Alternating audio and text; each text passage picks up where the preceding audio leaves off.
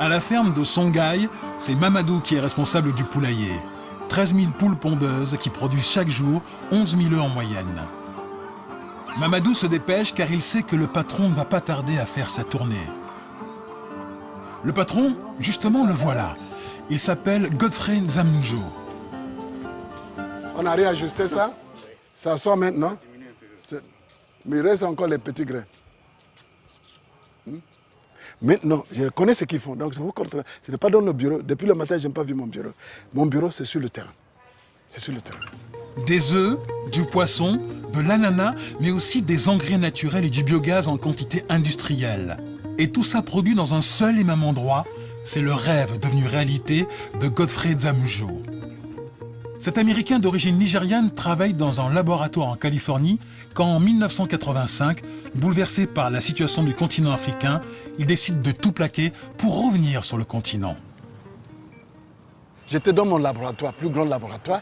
J'ai regardé au niveau de 80 ce qui se passait en Afrique. J'ai dit, ce n'est pas. Donc je suis revenu. Vraiment, mon papa m'a dit de revenir dans le continent d'origine. J'étais amer, j'étais frustré. Je voyais que l'Afrique est extrêmement riche, avec les capitaux et tout ça. Le continent le plus riche du monde, mais le plus pauvre du monde. Ce n'est pas acceptable. C'est ça qui m'a rendu fou. Son projet, appliquer sur le terrain ce qu'il a expérimenté dans son laboratoire. Le Bénin lui concède alors 1 hectare de terrain à l'abandon pour y construire une ferme bio. Aujourd'hui, le centre s'étend sur 24 hectares, fonctionne en totale autonomie et emploie plusieurs centaines de salariés. Ici, selon la doctrine de Godfrey Nzamunjo, rien ne se perd, rien ne se crée, tout se transforme. Exemple avec le recyclage des fientes de poulet transformées en gaz. Nous sommes en train de faire le mélange des fientes avec la jacinthe d'eau pour donner un bon rendement de gaz. Après quelques heures de repos, le mélange sera chargé dans une cuve, le digesteur.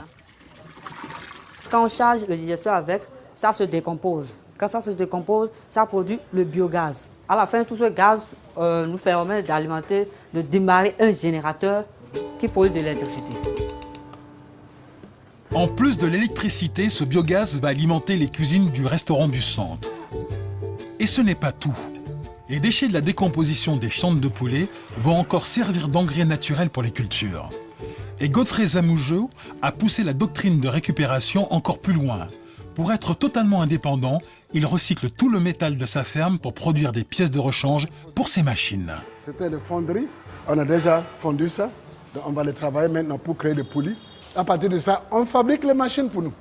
Donc, on n'a plus besoin d'importer. Donc comme ça crée l'emploi, ça fait développer la capacité d'innovation.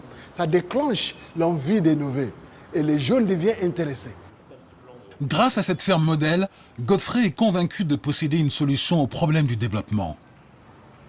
Ce système intégré attaque en même temps tous les défis du développement. Cette idée va nous aider à changer notre manière d'organiser la société, d'organiser les industries. Toutes les chaînes sont réétablies, à partir de micro-organismes jusqu'à l'homme, on travaille en synergie. Et c'est ça qui va nous amener à la durabilité.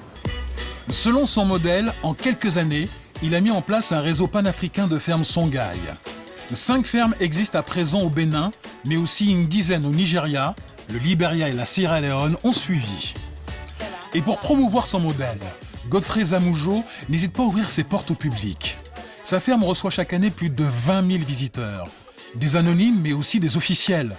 Cette semaine, c'est la ministre des PME de l'artisanat du Congo qui est sur place. Ça va? Songhai est pour moi la solution idéale et ce que j'ai trouvé ici va peut-être faire en sorte que nous puissions dupliquer l'expérience de Songhai au Congo. Et je pense que la décision est déjà prise dans ce sens. Il y a beaucoup de chefs d'État qui sont passés ici, on parle.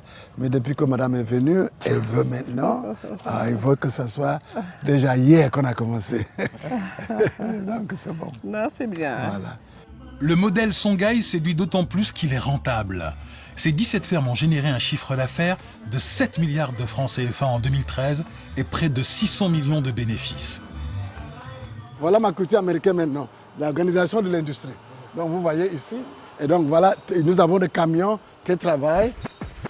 Pour pousser plus loin sa logique, Godfrey Zamoujo a décidé d'industrialiser sa ferme. Comme il produit déjà des fruits, il s'est lancé dans la fabrication de jus. Pour cela, il s'est offert une ligne d'embouteillage d'une capacité de 6000 bouteilles par heure. Mais méthode Songhai oblige, le site fabrique lui-même les bouteilles et les bouchons sur place à partir des déchets plastiques de la ferme.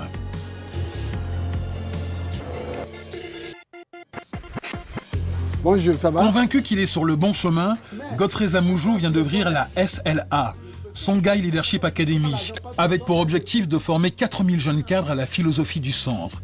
Il s'agit d'assurer la pérennité et le développement du groupe.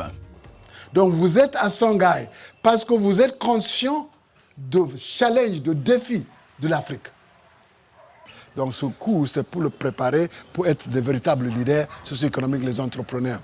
Pour montrer que l'entrepreneur, c'est ça qui va sauver l'Afrique.